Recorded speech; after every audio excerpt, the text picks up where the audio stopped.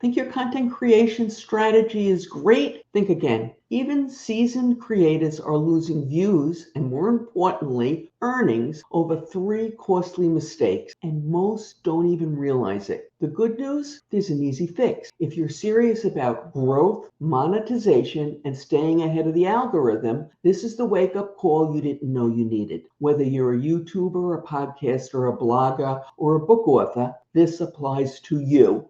Mistake number one, forgetting to focus on the audience, what they want and will read or watch or listen to versus what you, the content creator, want to create. It's easy to fall in love with your own ideas, and it's a trap many content creators fall into. But if you're serious about creating content and making money from it, you need to consider the audience. How many people are actually interested in what you want to create? If you're a chef, for example, making that beef Wellington or that duck à l'orange recipe might be your idea of heaven. But unless your audience consists primarily of folks who like to cook gourmet dishes, you'd be better off sticking to something like grilled cheese sandwiches or chili. Action step. Before getting started, spend a few moments thinking about your TAM, T-A-M, your total addressable market, and consider how many people are actually going to consume your piece of content. Be careful about falling into the trap, which I do all the time, by the way,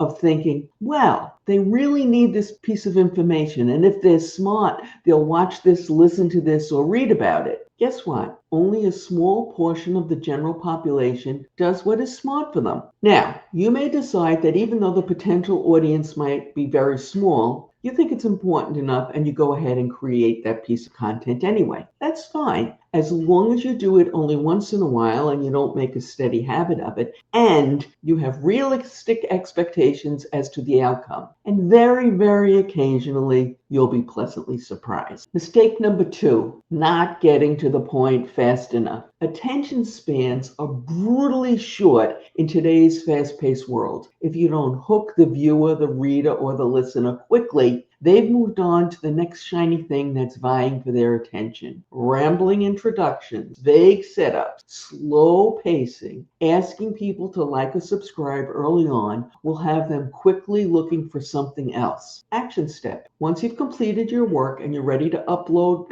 publish, or send to an editor, take one last look at the beginning of your work, either the first minute of a video or a podcast or the first 500 words of a book. Does it immediately grab attention? Does it pull the viewer in? Is there any fluff in this part that can be cut or perhaps moved to later on in the work? Every last word in the beginning matters, so get rid of any that are likely to bore people and cause them to look for something else. Mistake number three, falling in love with your own words.